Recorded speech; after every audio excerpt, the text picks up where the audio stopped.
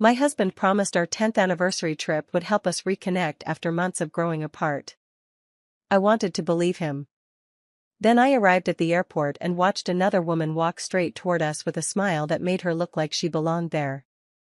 Before I could ask a single question, my husband slipped his arm around her shoulders and said, "This is Ivy from work. She's coming with us. Don't make this awkward. Men need female friends." In that moment, I realized I wasn't the wife on my own anniversary vacation, I was the extra person. I had no idea his decision would expose years of deception, destroy our marriage, and eventually cost him everything he thought could never be taken away. So stick with me, because this story only gets more unbelievable from here. Before we dive into it, tell me in the comments where you're from. I love seeing the different places people tune in from. And if you're new here, don't forget to subscribe so you don't miss more stories like this. My name is Ren Calloway, and for 10 years I stood beside my husband, Beck Mercer, through every promotion, setback, and career change. I believed this trip would help us find our way back to each other after months of emotional distance. Instead, Beck's so-called work wife, Ivy Sloan, arrived with complete confidence, as if she had every right to share our anniversary. I forced myself to stay calm, but the way Beck defended her before I even spoke made one painful truth impossible to ignore. This wasn't where our marriage started falling apart. It was simply the first time he stopped pretending nothing was wrong. From the moment we boarded the plane, it became painfully clear this wasn't our anniversary trip anymore. Every decision somehow revolved around Ivy. She chose where we ate, which attractions we visited, and even where we sat during dinners. Beck never asked for my opinion. He walked beside her, laughing at jokes I didn't understand, while I followed behind carrying shopping bags or taking pictures that looked like they were on vacation together. I felt invisible, yet somehow I was expected to smile through it all. The few times I quietly asked why another woman was sharing a trip that was supposed to celebrate our marriage, Beck acted like I was the problem. He rolled his eyes and told me I was being jealous, insecure, and immature. Then he repeated the same line that had already started haunting me. Successful men need female friends. According to him, I was embarrassing him by questioning something he insisted was completely normal.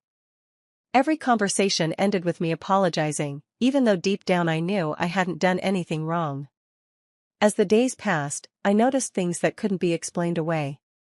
Beck and Ivy exchanged knowing looks across the table, finished each other's sentences, and disappeared into long private conversations whenever they thought I wasn't paying attention.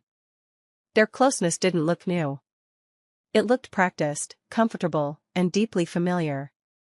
I couldn't sleep at night because my mind kept replaying every moment. Instead of causing a scene, I stayed quiet and started observing everything. I needed to know whether this betrayal had started on this trip or if I'd been the last person to realize my marriage had been slipping away for a long time. When we finally returned home, I hoped the distance between us would fade once we got back to our normal routine. Instead, the silence in our house felt heavier than ever. I couldn't stop replaying everything that had happened on the trip. The more I thought about it, the more pieces of our past began fitting together in ways I had never noticed before.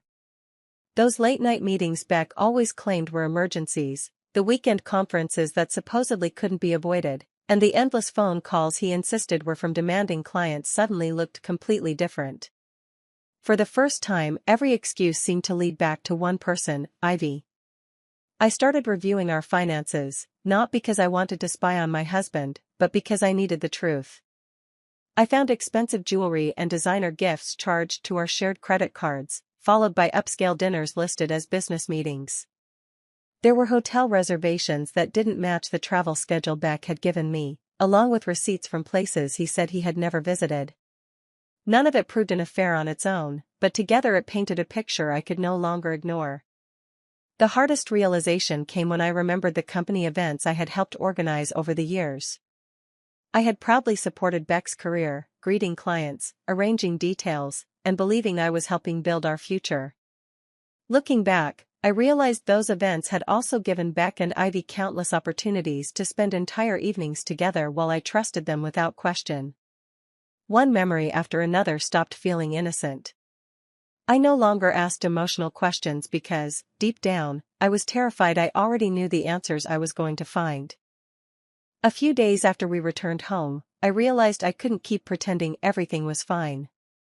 The questions had been building inside me for weeks, and I needed honest answers.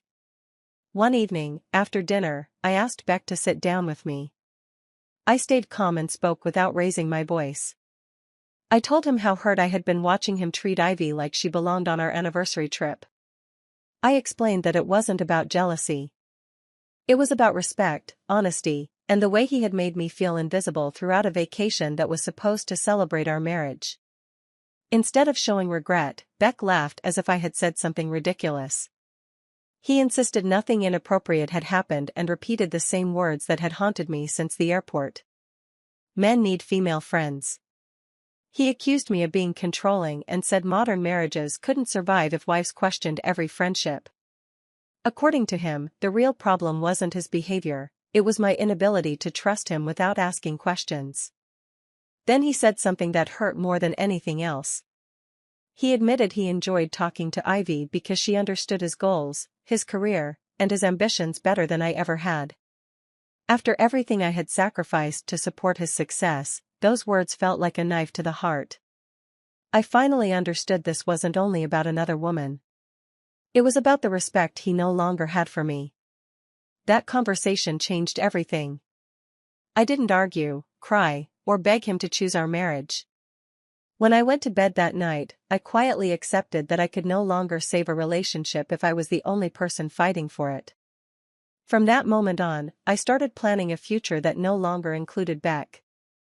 After our conversation, I stopped trying to convince Beck to see what he had done. There were no more late-night arguments, no emotional speeches, and no desperate attempts to save a marriage he no longer valued. The silence between us wasn't surrender. It was acceptance. I realized that every time I defended myself, he found another way to make me feel unreasonable. So instead of wasting my energy on someone who refused to listen, I quietly began investing it in myself. The first thing I did was open a separate bank account. Then I gathered copies of every important document, organized my finances, and made sure I understood exactly where I stood. I also accepted consulting projects I had turned down for years because I had always prioritized Beck's career over my own. For the first time in a long while, my schedule revolved around my goals instead of his needs. Each small decision gave me a little more confidence and reminded me that I was capable of building a life without depending on anyone else. Beck barely noticed the changes. He stayed busy with work, business dinners, and whatever time he chose to spend with Ivy. As long as I wasn't questioning him anymore, he assumed everything had settled down. Even our friends believed I had finally accepted the situation and decided to move on. They couldn't see what was really happening behind the scenes. I wasn't giving up on myself. I was preparing for complete independence. Every quiet step brought me closer to a future where I no longer had to beg for respect. I finally understood that real revenge isn't creating drama or making someone suffer. Sometimes it's simply refusing to stay where your love, loyalty, and dignity are no longer appreciated. Over the next several months, my life slowly began changing in ways I hadn't expected. I poured my energy into work instead of worrying about Beck's choices, and opportunities started appearing that I would have ignored in the past. Projects I had once declined because I was busy supporting his career were now mine to lead. My hard work didn't go unnoticed. Clients appreciated my ideas, and my coworkers treated me like someone whose opinion mattered. It reminded me that I had always been capable. I had simply spent years putting someone else's dreams ahead of my own. Not long afterward, I rented a quiet apartment that immediately felt more like home than the house Beck and I had shared. For the first time in years, I could walk through the front door without feeling anxious about another argument or another disappointment. The peace was unfamiliar at first, but I quickly realized how much I had needed it. I also started seeing a therapist. Those sessions helped me recognize how often I had questioned myself because Beck constantly dismissed my feelings. I wasn't overly sensitive or unreasonable. I had been living with emotional manipulation for so long that I had forgotten what genuine respect looked like. Understanding that truth became one of the most important steps in rebuilding my confidence. Meanwhile, Beck continued living as though nothing had truly changed. He leaned more heavily on Ivy, convinced she understood him better than anyone else. From everything I heard, he believed I was simply taking time to cool off and would eventually come back. He never imagined I was building a life that no longer depended on him. While he remained stuck in the same patterns, I was finally moving forward without looking back. As the months went by, I heard small pieces of news about Beck through mutual friends and former coworkers. I never asked for updates, but in a close professional circle, stories eventually find their way to everyone. At first, I ignored them, believing his career was no longer my concern. Then I learned that problems had started appearing at his company. Projects were falling behind schedule, important deadlines were being missed, and several long-term clients were growing frustrated with the lack of communication. The confident image Beck had worked so hard to build was beginning to crack. People also started talking about how much time he spent with Ivy at work. Their closeness, which he had always insisted was completely innocent, was becoming impossible for others to overlook. Office gossip spread quickly, and senior leaders began questioning whether his personal relationship was affecting his professional decisions. Some employees felt he gave Ivy special treatment, while others simply doubted his judgment. The reputation he had protected for years slowly began slipping away. Instead of accepting responsibility, Beck blamed everything except himself. One week it was unreasonable clients. The next, it was a difficult economy, unrealistic deadlines, or coworkers who didn't appreciate his leadership. He always found someone else to hold accountable. Hearing that didn't surprise me because I had spent years watching him avoid responsibility whenever something went wrong. I felt sympathy for the people affected by the situation, but I refused to step in. For too long, I had solved problems that Beck created while he took the credit when everything worked out. That chapter of my life was over. Whatever consequences he faced now belonged to him alone, and for the first time, I allowed him to face them without trying to rescue him. A few weeks later, Beck asked if we could meet to talk. I agreed, expecting another conversation filled with excuses, but this time his tone was different. After a long silence, he suggested we should get a divorce. I could tell he believed the word itself would break me. He watched my face carefully, almost waiting for me to cry, argue, or beg him to reconsider. Maybe he thought I would finally fight for the marriage now that he was the one trying to end it. Instead, I quietly looked at him and said, "If that's what you want, I agree." For the first time since our anniversary trip, Beck looked completely caught off guard. He asked if I was serious, as though he couldn't believe I wasn't trying to change his mind. The truth was simple. I had already mourned the marriage months earlier. By the time he brought up divorce, I had accepted that the relationship we once had no longer existed. During the legal process, another surprise was waiting for him. I had carefully organized my finances, kept copies of every important document, and understood every shared account and asset. I wasn't asking for revenge or trying to take more than I deserved. I only wanted what was fair and legally mine. My preparation made the process straightforward, leaving very little room for arguments or manipulation. As meeting after meeting passed, Beck finally saw the woman he had overlooked for years. I wasn't weak, helpless, or dependent on him. I had simply loved him enough to put his needs before my own. Walking out of the attorney's office after signing the final papers, I expected to feel heartbroken. Instead, I felt something I hadn't experienced in years. I felt free, and that feeling was worth more than the marriage I had lost. Not long after the divorce was finalized, I stopped hearing much about Beck.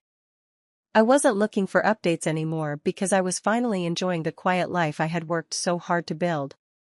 Still, every now and then, someone who knew us both would mention how things were going, and a very different picture began to emerge. The exciting relationship Beck had chosen over our marriage wasn't turning out the way he had expected. Once the secrecy and excitement disappeared, everyday life took over. Bills needed to be paid, appointments had to be remembered, groceries had to be bought, and responsibilities couldn't be ignored. Those were the things I had quietly managed throughout our marriage without expecting praise. Beck had rarely noticed because everything simply got done. Ivy had never wanted that role. She enjoyed sharing the fun parts of Beck's life, but the routine responsibilities were another story. Small disagreements became frequent arguments, and the easy laughter they once shared slowly disappeared. The relationship that had seemed so effortless began falling apart under the weight of ordinary life. Beck finally learned that excitement can fade quickly when it isn't supported by trust, teamwork, and commitment. For the first time, he understood the difference between someone who offers temporary attention and someone who stands beside you through every season of life. Unfortunately, that realization came far too late. By then, my own life had found a steady rhythm. My home was peaceful, my career was growing, and I no longer woke up wondering whether I was enough. Beck's choices no longer controlled my happiness because I had built a future that belonged entirely to me.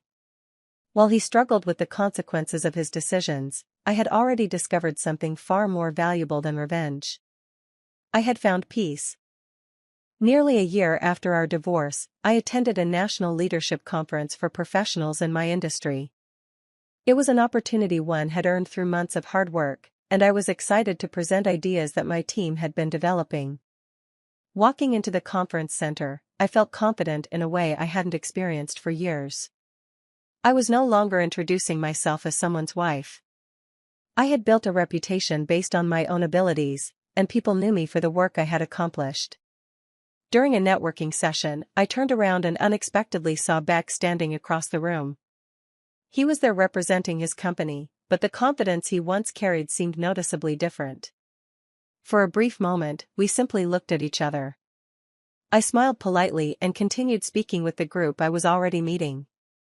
Throughout the day, several executives complimented my presentation and thanked me for sharing practical ideas that could improve their organizations. Colleagues introduced me to new contacts, asked for my opinions, and treated me as someone whose experience mattered. I noticed Beck watching more than once, quietly observing conversations he never interrupted. Later that afternoon, we crossed paths near the conference hall. He congratulated me on my presentation and admitted I seemed happier than he had expected. I thanked him with a simple smile and wished him well before returning to my colleagues. There was no anger left inside me, but there was no longing either. As I walked away, I realized Beck had finally seen the woman I had always been. He had mistaken my patience for weakness and my loyalty for dependence. Now he understood that my quiet strength had never needed his approval. The difference was that I no longer needed him to recognize it. A few weeks after the leadership conference, Beck called and asked if I would meet him one last time. His voice sounded quieter than I remembered, and after thinking about it for a day, I agreed. We met at a small coffee shop where we had once spent countless Saturday mornings together. This time, the conversation felt completely different. There was no tension, no arguments, and no attempt to blame anyone else. Beck looked at me and admitted that inviting Ivy on our anniversary trip had been the biggest mistake of his life. He said he had spent months thinking about everything that happened and finally understood how deeply he had hurt me. He confessed that he had confused attention with loyalty and excitement with love. He believed the admiration he received from Ivy meant more than the steady commitment I had given him for 10 years. Looking back, he realized he had taken the one person who truly cared about him for granted. He apologized for dismissing my feelings, making me question my own judgment, and treating my concerns as if they were unreasonable. He admitted that I had spent years supporting his career while he slowly stopped appreciating everything I quietly did for our life together. I listened without interrupting. I didn't need to argue because I had already made peace with the past. When he finished, I thanked him for being honest. I told him I accepted his apology because carrying resentment would only keep me connected to a chapter one had already closed. But I also made something clear. Forgiveness didn't mean we could rebuild what had been broken. Trust, once destroyed over time, couldn't simply return because someone finally recognized its value. Some mistakes leave scars that healing cannot erase, and our marriage was one of them. After that final conversation with Beck, I never looked back. For the first time in many years, my future felt completely my own. Instead of wondering what I had lost, I focused on everything I could still build. I continued working hard, accepted new opportunities, and made decisions based on what brought me happiness instead of what made someone else comfortable. Little by little, my confidence stopped feeling borrowed and became something I truly owned. One of the proudest moments of my new life was buying my own home. It wasn't the biggest house on the block, but every room reflected the peaceful life I had worked so hard to create. Walking through the front door each evening reminded me that I no longer lived in a place filled with disappointment or unanswered questions. It was a home built on stability, self-respect, and hope. I also reconnected with friends I had unintentionally drifted away from during my marriage. We shared dinners, celebrated milestones, and laughed without the weight of constant worry hanging over me. Those relationships reminded me how important it was to surround myself with people who valued me without expecting me to earn their affection. Eventually, I started traveling again. This time, every trip brought excitement instead of anxiety. I explored new places, enjoyed quiet mornings with a cup of coffee, and discovered how peaceful life could feel when I wasn't constantly trying to fix someone else's mistakes. Looking back, I realized independence wasn't the same as loneliness. It meant waking up each day without needing to prove my worth to anyone. Every step forward reminded me that losing my marriage hadn't ended my story. It had given me the chance to rediscover the woman I had slowly forgotten, and that painful anniversary became the beginning of my best chapter yet. As time passed, I heard less and less about Beck, but the few updates that reached me painted a clear picture. His career continued to decline, and the reputation he had spent years building never fully recovered. Clients who had once trusted his judgment moved their business elsewhere, and opportunities became harder to find. People remembered the poor decisions that had damaged his credibility, and rebuilding that trust proved far more difficult than he had expected. Eventually, Ivy left the company to pursue another opportunity. The relationship Beck had defended so fiercely came to an end, leaving him without the person he believed had understood him better than anyone else. One by one, the friends who had encouraged his choices also drifted away. Some became busy with their own lives, while others simply grew tired of the constant drama surrounding him. The circle he once relied on became smaller until he was forced to spend more time alone than he ever imagined. I never celebrated any of it because none of those outcomes brought me happiness. I had never wanted his life to fall apart. I had only wanted to be treated with honesty and respect. The consequences he faced came from decisions he had made long before I walked away. From what I was told, Beck eventually admitted that his greatest loss wasn't the promotions he missed or the money he no longer earned. It wasn't even the relationships that ended after our divorce. His greatest loss was the woman who had loved him before success, status, and pride changed the way he saw the people closest to him. I hadn't ruined his future or taken revenge against him. I had simply stopped protecting him from the consequences of his own choices, and life did the rest on its own. Looking back now, I understand that my marriage didn't fall apart the day Beck invited Ivy on our anniversary trip. That moment was simply impossible to ignore because it exposed everything that had already been happening beneath the surface. Betrayal rarely begins with one shocking decision. It starts with small moments of disrespect, repeated excuses, broken promises, and being made to feel as though your emotions are inconvenient. I spent far too long questioning myself instead of recognizing the truth that had been standing in front of me all along. For a long time, I believed I needed answers before I could move forward. What I eventually learned was that peace doesn't always come from knowing everything. Sometimes it comes from accepting what someone's actions have already revealed. Beck showed me exactly where I stood in his life, and once I accepted that reality, I stopped wasting energy trying to change someone who didn't want to change. People often ask whether I regret walking away. The answer is no. Leaving wasn't the easiest decision I ever made, but it was the healthiest one. I didn't need revenge because the truth had a way of revealing itself without my help. My greatest victory wasn't watching Beck face the consequences of his choices. It was creating a life where those consequences no longer defined my happiness. If there's one lesson I hope you take from my story, It's this: love cannot survive where respect no longer exists. Never stay somewhere you're constantly expected to earn basic kindness. The strongest ending isn't making someone suffer for what they did to you. It's building a future so full of peace, purpose, and self-respect that their absence no longer feels like a loss, while they are left to live with the choices they made.